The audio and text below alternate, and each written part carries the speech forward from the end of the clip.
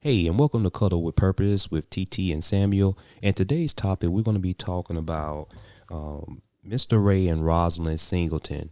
I know that she just passed away recently. Our condolences to the entire family. But we want to touch on a certain perspective of caregiving in a marriage or in a relationship, and some of the things that come along with that can put a strain on a relationship. I know for me and my wife, we had or have even still currently similar circumstances where my wife had two cerebellum strokes, and me as her caregiver, it has been difficult to say the least. It's been a lot of things, far as just mentally. I think mentally, Right. taking care of my wife, and then we have a 5-year-old. But TT, what are your thoughts on the Ray and Roslyn Singleton and their journey that they went through for years? And did she have some type of brain surgery?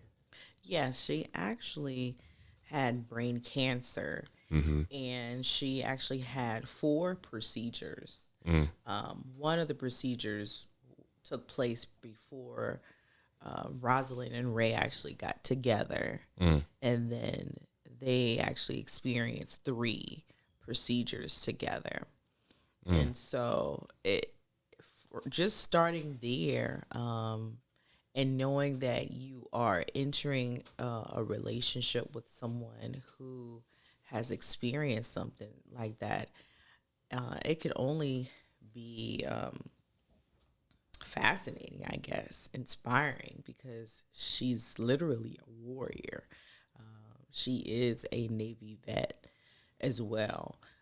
But just if you were ever able to follow her, or just even going to check out her social media and his social media, even currently now, you'll just be able to experience the vibrant um, personality, just the poise, the grace, the grit, the authenticity, all of those things. Such an amazing um, individual, and their personalities, they just fed off of each other. So yeah, she actually had four procedures, and they experienced three together, and just that within itself is like, wow. But from following them, I feel what really kept them going is her resilience and mm, her mindset through it all. Because before every procedure, it was like, I'm gonna see you when I'm done. Like, it's like she's going in for um to get her teeth clean, and she just was so positive about it. And when I was thinking about this last night, it just made me think about how she did not carry that weight. As heavy as this illness was, mm, she chose not to carry that weight, and she chose to give it to God all the time. And she always said, you know, I'm giving it to God. I'm giving it to God. mm. And I think that's what allowed her to have a level of spunk about her and lightness, because she wasn't trying to carry that heavy weight, because it wasn't for her to carry, and she knew it wasn't up to her. It was up to God. Mm. Yeah, I know. I remember um, when you was in a coma, and our son, he was 7, 8 months old at the time, Mm-hmm. and we was in the bathroom, was in the hospital, and I actually had to change him. Mm-hmm. And I remember myself encouraging myself even through during that time. Mm-hmm. And I was just kept saying to myself in the bathroom, will yourself to victory, will yourself, push yourself, Mm-hmm. thinking positive things, saying positive words, just affirmations, just putting it out in the atmosphere. Right. And, knowing a little bit, I didn't follow their story a lot like you did, but knowing a little bit of some of the things that I saw them on a couple of their videos, and I remember the husband was playing a song on the piano or keyboard and singing to her. And I think one of the things about caregiving, there's a statistic out that says that 80% of respondents said caregiving put a strain on their relationship or marriage. Right. But I didn't see that with them. No. I saw togetherness. Yeah. I saw support. And I saw just an uncanny ability to just live for today, the moment. Yeah. Being in the now. Yeah. Yeah. One of the most recent videos that was shown that was shared when they actually was on Black Love, the actual, I think it's a show. And she shared how this experience and them going through this together, because she made sure that we understood that it wasn't just her going through it, that he was going through it with her, and that all the pain that she felt, she knew that he felt.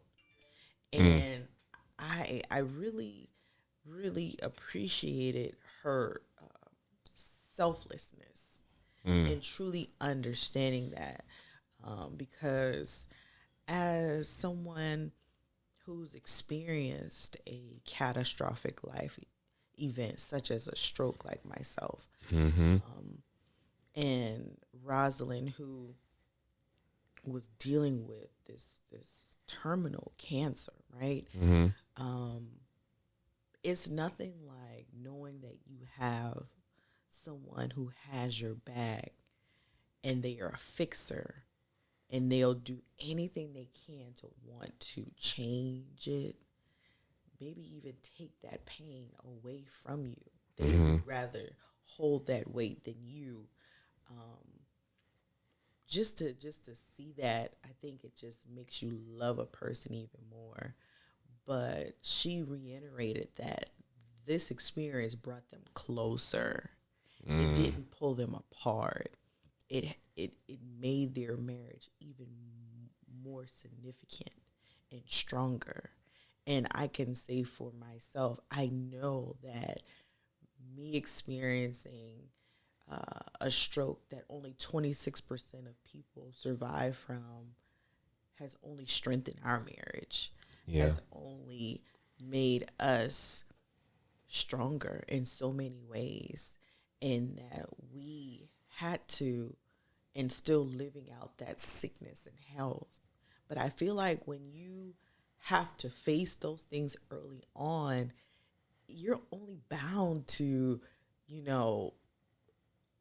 live it out and have a long-lasting longevity type of marriage, Yeah.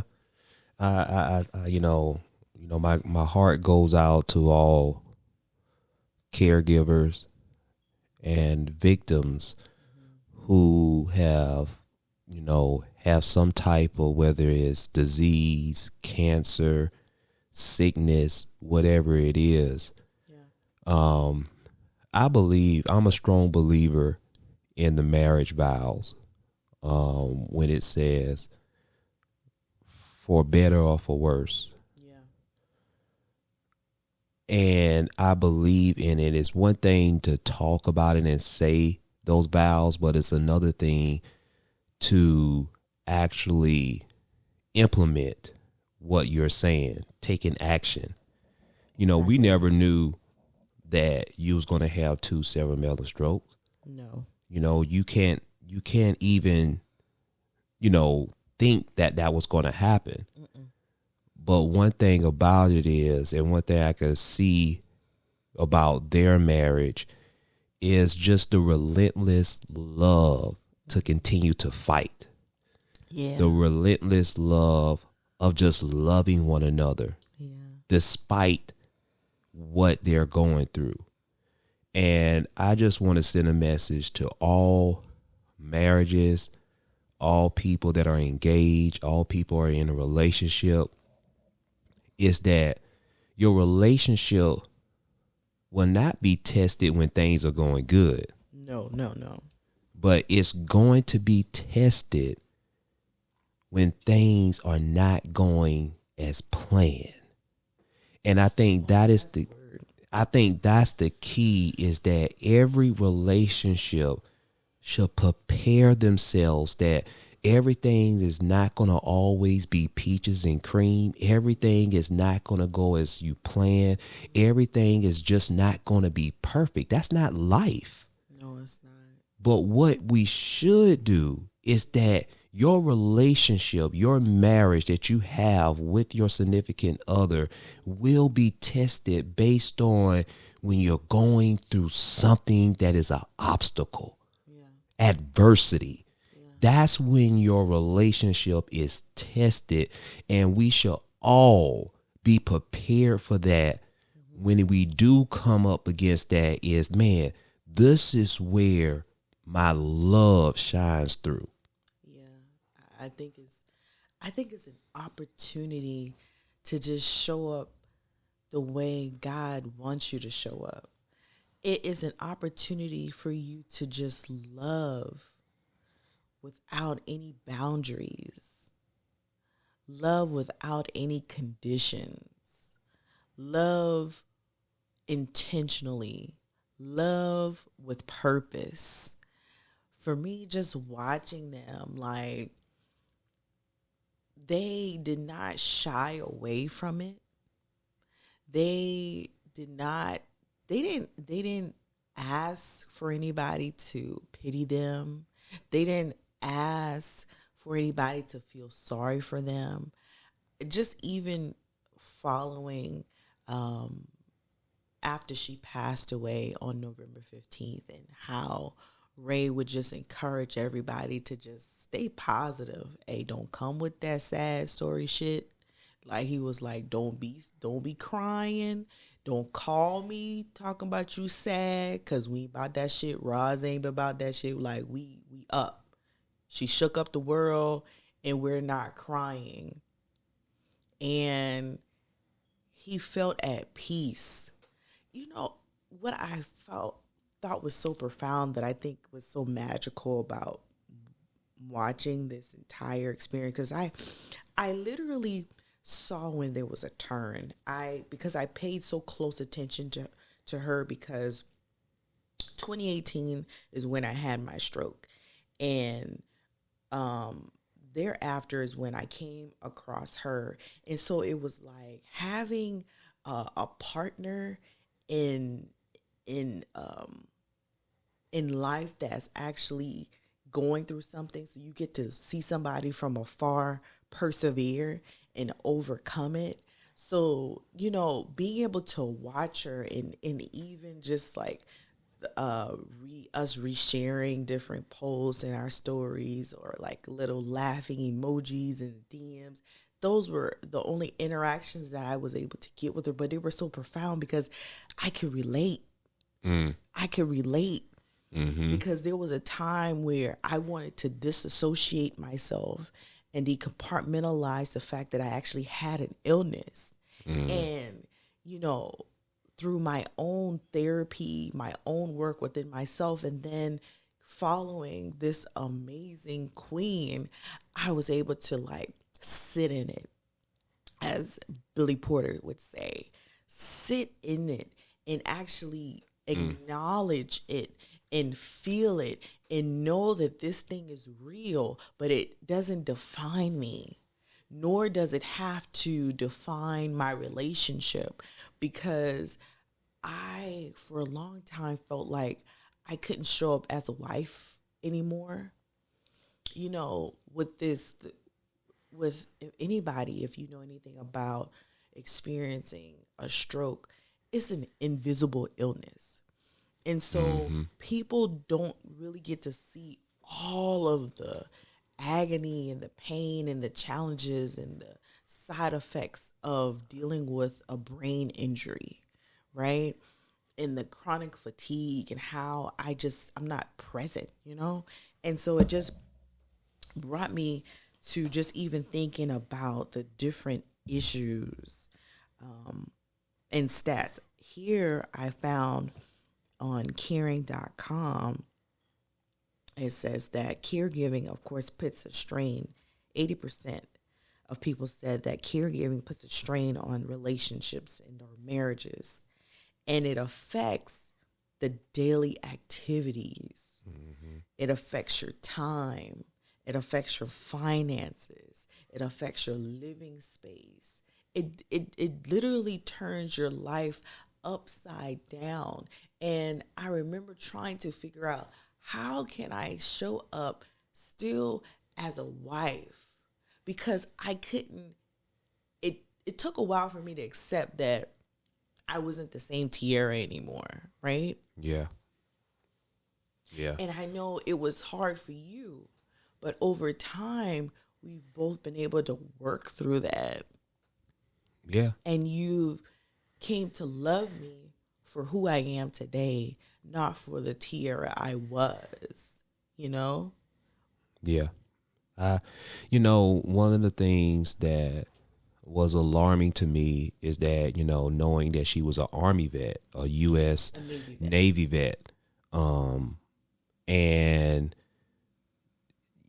she said something that was alarming when she said that she doesn't know how she got sick, but she said she expected it came from, or suspects that it came from, her exposure to toxic air during her service when she went out to Iraq with the U.S. Navy. And later she would ship out to Afghanistan as a civilian contractor with the U.S. Department of Defense.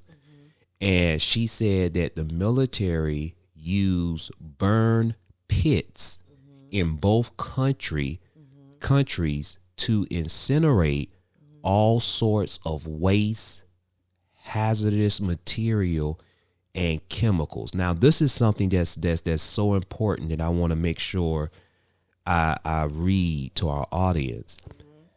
86% of post 9/11 vets who serve in those two countries say that they were exposed to the pits or other toxins, and 88% think they have symptoms as a result, according to a 2020 survey by Iraq and Afghanistan Veterans of America. And, in November of 2021, the Joe Biden administration announced a series of actions to address these effects. Right. And it really makes me sad. Yeah. When you have veterans, and I want to just say, I salute, because TT, you are a veteran, retired from out of the Air Force, because of your 2 cerebellum strokes. But I want to send a message to not only you, but all other veterans who have served our country. Yeah. All other veterans who have put their own body in harm's way for the protection of our country, for our freedom, that we can have what we can do as United States citizens. Yeah. And I just find it, even when we are driving even in the city of Atlanta, and you see all the homeless people and people that's just suffering. And I just think it's sad. Vets. And a lot of them vets. And it's just sad to know that, Roslyn was possibly allegedly exposed to these burn pits that ultimately got her sick. And it's just a sad thing. And it just lets you know that life is so precious, man. It really is. And it's so short. It's so short. And life can take a turn in just a matter of seconds. Yeah. I remember just, waiting for her next post to get an update, and just seeing how you could see how she started to look different. and how she started to look more fragile. And I just remember having moments where, man, I just wish I could just go to Charlotte or Rock Hill and just hold her. You know how you just want to protect somebody because she was so cute and petite. You just want to just cuddle her. Just, oh man, just she was such a ball of fire, but so adorable at the same time. Like, oh my goodness. I just I literally I'm so trying not to get emotional because you know how you feel like you lost like a sister, like a homegirl. Like she just kicked ass, man. Like she just her style. What really was one of the contributing factors to me really following her in her journey was her style. She had a great sense of style. And you know I love my big earrings. I even had to put on my big earrings on Saturday for the ceremony where everybody was wearing black. Right. If you weren't at the funeral, you're wearing black. But she loved her big chandelier earrings. And I remember, of course, I already had my hair cut because I had to get all my hair shaved off when I had my brain surgery. But I remember wanting to change my hair color. And I was hesitant about doing the bright blonde. And, of course, I've seen my mom do the blonde. But just seeing somebody else in my age range and somebody I could also relate with, when I saw her, I was like, oh, yeah, I could do this shit. And when I say she was fabulous, yeah, like all down to her wedding dress, it was different. It was black. It was just like, oh, this she was off the chain. This woman even rode Harley bikes. She was tatted up. She was just so super dope. But just back to what we've been talking about regarding caregiving within marriage. It's just so refreshing to see that there's other people in this world that takes marriage seriously. Yeah. Yeah. You know, the world is so corrupted with, you know, faithfulness isn't real and all people cheat and, you know, marriage is not what marriage used to be. And marriage is what it is and it is what you make it. And there are people that are down for their spouse. There are people that are going hard in their house and they're not just smiling for the camera.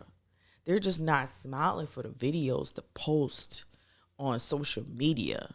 They're really in the house behind the scenes putting in the work. So when you do see them smiling, when you do see the happiness, that shit is real. Because they put in the work. Ain't nobody saying this shit is easy. Right. It's not easy. One of the stories that stuck out to me about Ray and Roslyn, Dr. Hage, who's one of the doctors at actually Novant Health, he said that excuse me, he said that every time she thought she was cured, she would feel so excited. But he went on to say that he developed a special relationship with the couple. And he said that one thing that he always tried to do with all of his patients is that you always try to prepare your patients that the disease may come back. Right. But he said what made her extraordinary is that she never thought about that. She always thought the forward progress of things. Yeah. Wow. And he said that she was absolutely a fighter and an inspiration to him. Yeah. He went on to say that in late January, Roslyn and Ray sat down with him to review her most recent brain scan. Mm-hmm.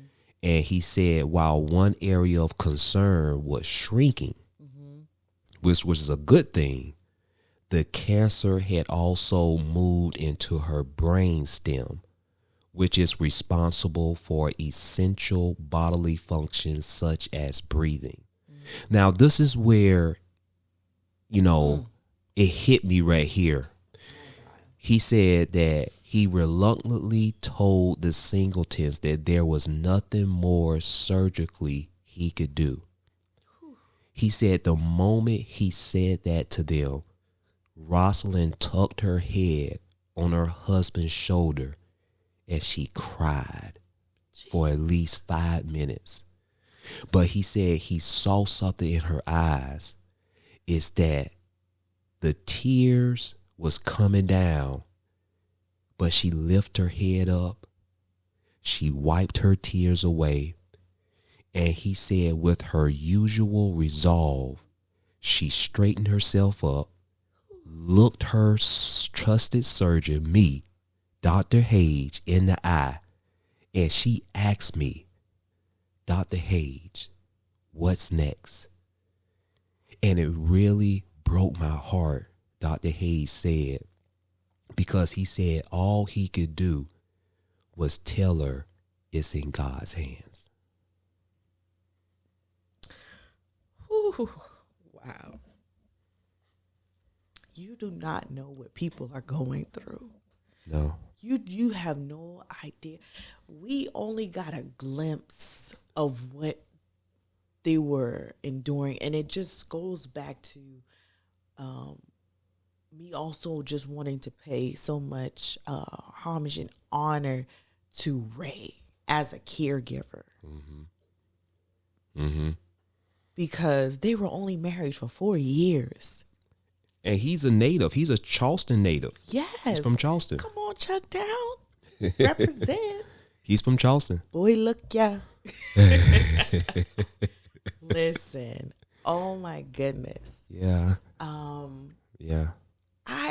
Their story is just so fascinating. Because that you just reading that just gave me chills, but it just gives me an even greater push today. Yeah. And I'm trying so hard not to get emotional because I'm just grateful to just be here today.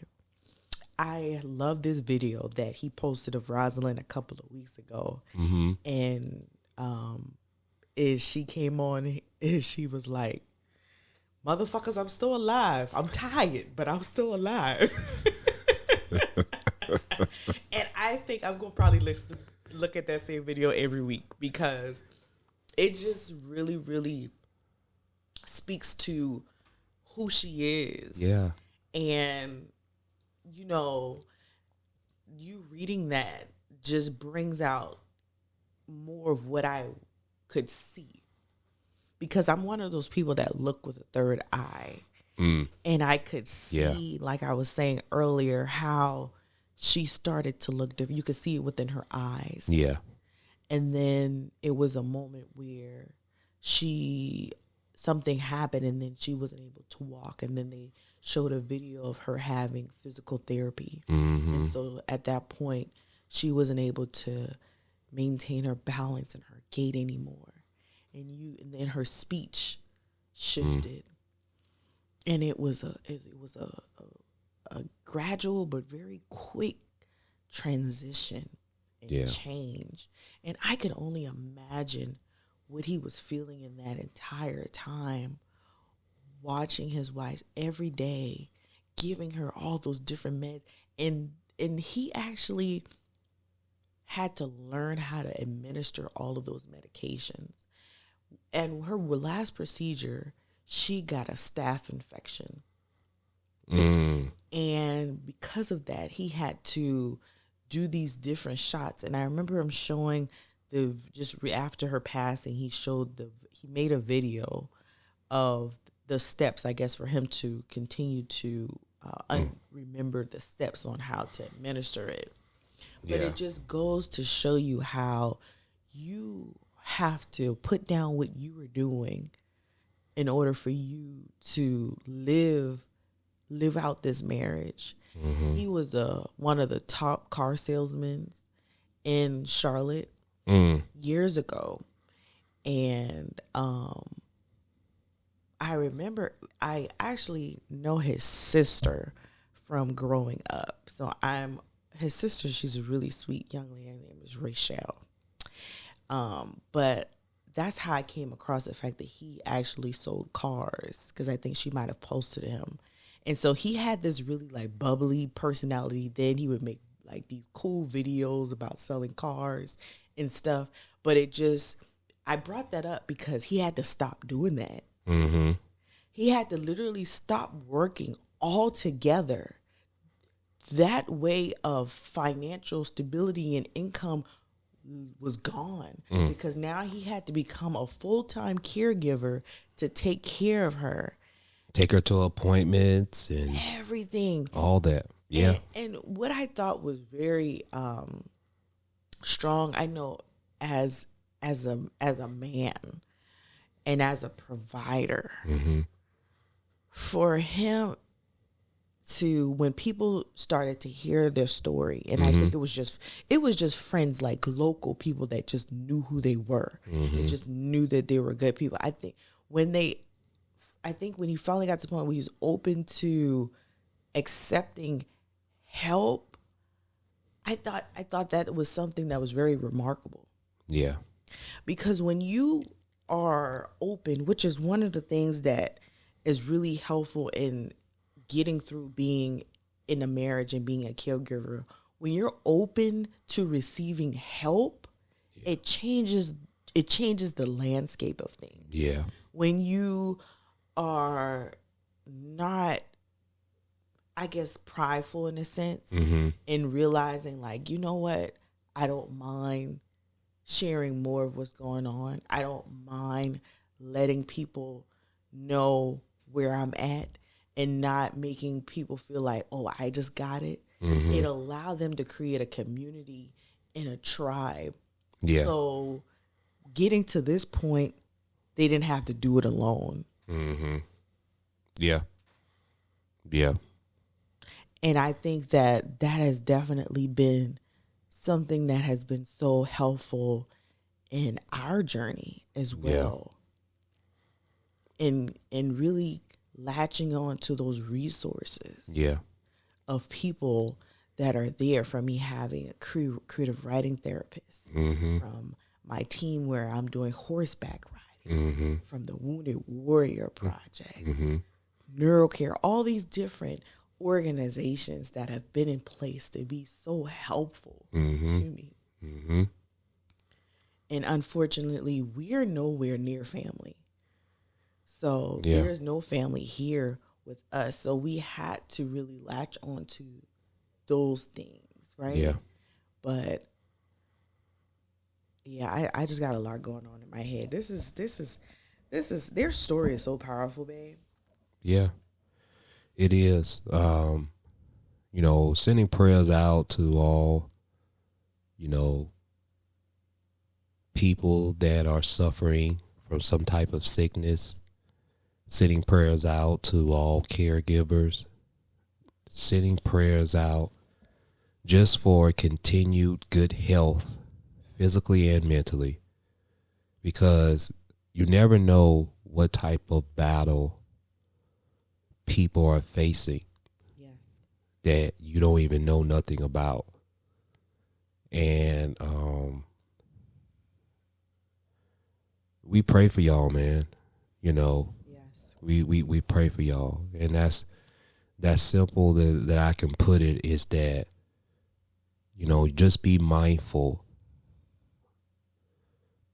of what people could be going through, because a lot of times you'll be amazed if you knew what type of battle people are facing behind closed walls. It may be change your perspective on how you treat them. Yes. And I think it's really important for you that if you know that someone is dealing with something, that you ask if they're okay and not just assume. Right. I know within my Not Your Average Survivor community and the different members that come across with our Strokes to Life Initiative nonprofit, a lot of people marginalize stroke survivors' journey because they don't see the things that we deal with on a daily basis. Once again, because the injury is invisible. But if you are aware of this illness, please know. I beg of you to just ask if they're okay. Because these are some of the most strongest people. The strongest people. And I'm speaking for myself as well. Because I've had friends who are very cognizant and aware, like, let me ask how she's doing. Let me ask how her husband's doing. And then I've had other associates that have just dismissed it and just thought, like, oh, you look okay. You look fine. You look all right. Yeah.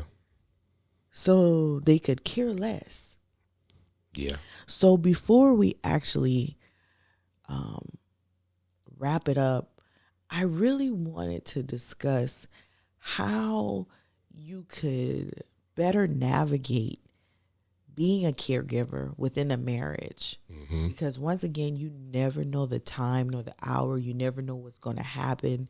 You never know if something like this will take place. Because I'm telling you, the day that I had my stroke, Samuel and I was literally at a business event with our son who was 8 months old. We literally switched off. He went up to the our hotel room to change Samuel. I went into the conference because we like switched off. He did the first half. I did the second half. And because we weren't doing a babysitter at the time because Samuel was still so young. But we didn't know that that day was going to change the rest of our life. We didn't know that I was no longer going to be able to be in a physical or a mental or emotional place where I could no longer contribute the way that I was. I could no longer work. I could no longer do any of the things. And so life changed and it all fell in his lap. So we want to leave you with just a few tips and ways you can navigate this thing, babe. Yeah. And the first thing I want to say is just to acknowledge those issues. Yeah. Acknowledge what really is going on. Because I think the first thing of acknowledgement will allow you to face it and bring you to a place of acceptance. So then you can then move forward. You can then recognize the concerns, you know, because it is different. It does hit different. It feels different and it's new. So you're going to have to do that. And then the next thing, ask and accept help because you're going to need it. You cannot do this alone. Yeah. Yeah. Yes, it is. And I think another one to add on to that is to express your concerns. You know, let it out. I think, one thing that's important is that when you find yourself where you're able to release your concerns and not hold it inside, you find that it could be healthier for your body and for your mind. Sometimes we can have tendencies to want to conceal things, Right. but this is the time where you want to release things. Yeah. So that way you can have that freedom of peace that you can allow to come back inside of your mind and your body because you're willing to show expressions of concerns. Yes. The other thing I would say is to ask and grant forgiveness. ask and grant forgiveness, because this is a new territory for you both. Yeah. Neither one of you have ever experienced this, and so emotions and feelings and everything, it's gonna hit different. It's gonna feel different. You're going through a life changing, unforeseen, catastrophic life event. So you there's no way that you could possibly prepare for something like this. So you have to remember to give grace to one another. You have to. And you got to make time for your relationship. Yeah. Yeah. When I think about this, it made me think about how Ray and Roslyn did everything together. Mm-hmm. Not because they had to, but because they wanted to. Mm-hmm. From traveling together, from doing mental health Monday videos together, from them being on the Ellen show together, from them being on Black Love together. I mean, they've done so much. America's Got Talent together. Mm-hmm. They did a lot together. And because they did it together, they made decisions together. They chose to live life together and made it that much sweeter and that much easier. Yeah. Yeah. So what I think we're gonna go on now to our number 9. Make communication a priority. Yeah. Yeah. I think communication is very key. I think we should all be conscious enough to open up our mouths and talk. You know, sometimes talking can be a form of therapy. Yes. And I think, you know, when you put communication first, it allows you to exclude any type of division. Yeah. Yes. Or misinterpretation. Mm-hmm. So I think it's always important to never assume, Right. but to open your mouth and just have a soft, easy communication with your loved one so you can find out as much as you can, because more information is better by when you communicate and talk and ask questions. Yes. Yes. And I love this one right here. Mm-hmm. Because you know I'm a spontaneous type of girl. Mm-hmm. And you like to have everything scheduled, but you kind of come on my side sometimes, and I appreciate you, babe. Mm-hmm. And you have to be spontaneous, especially with me having excessive sleep disorder, chronic fatigue, all the different things. So my body goes through so much.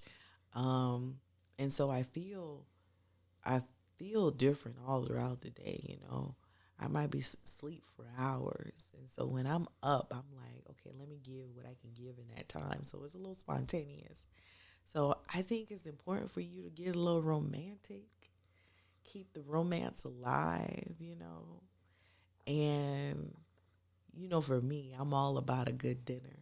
Sit down. And if we can't have dinner, we're going to have breakfast. Mm-hmm. Now that we're getting Samuel out to school in the morning, so we can have a little breakfast together. Mm-hmm. Even having our podcast together. Yeah. And just being able to talk. I think this is so therapeutic. I think it's so romantic. I think it's so fun. Walking together, Mm-hmm. you know, and just having conversation. I think those are so important. And even when I wasn't feeling sexy, if you will, because, you know, I've gained so much weight from the different medications, not being able to work out anymore like I used to, and all these things, through just working on myself and my mental and my confidence and self-esteem, I was like, let me go ahead and pull out some of this lingerie, this little lingerie, baby, every now and then. So for any of the ladies or men, but I'm talking to my ladies that have experienced any type of health issues, listen, it's still okay to show up and be sexy. Okay? It's still okay to put on your makeup and put on that nice lip and smell good. If you can just smell good, listen, I'm always trying to smell good. Sam will tell you I'm going to take a shower now. Mm-hmm. Sis going to be fresh. Mm-hmm. Those things are so important, okay? Yeah, it is. It is. Hey, ladies and gents, we really appreciate everyone taking the time out to listen all the way through on this episode of our podcast. Do me a favor. You can find our podcast on Apple and Spotify and all other podcast platforms. Mm-hmm. Hit that subscribe, follow button so that way you can get notified when our new episode comes out on those podcast platforms. Yes. You can follow us also on YouTube. Yeah. Cuddle with Purpose.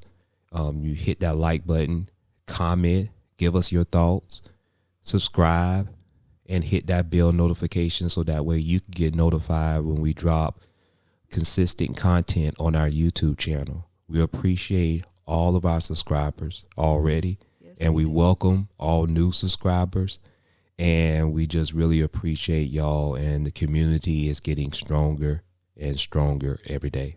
Yes. And with that being said, guys, cuddle with purpose. Cuddle with purpose. Take care.